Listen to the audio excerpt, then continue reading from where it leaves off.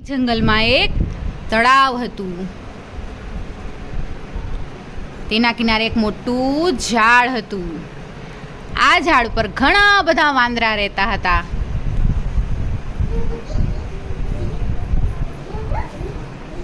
વાંદરા આખો દિવસ ઝાડ પર ચડે, નીચે ઉતરે.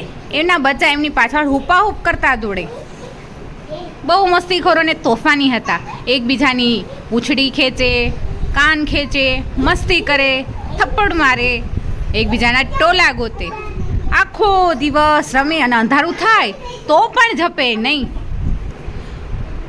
એક રાતે બધા જ બચ્ચા આરામથી સૂતા હતા.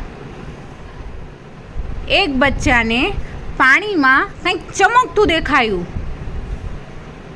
અરે, આ તો મોટું ફળ છે.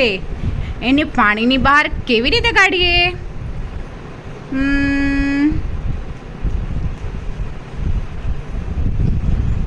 એક બચ્ચાની યુક્તિથી બધા બચ્ચા એકબીજાની પૂંછડી પકડીને લટકવા લાગ્યા.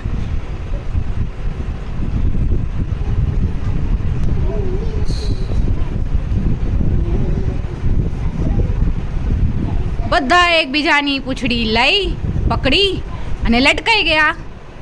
અને છેલ્લે એક નાનકડું બચ્ચું રહ્યું અને એને તળાવમાંથી એ ફળ પકડવાની કોશિશ કરી.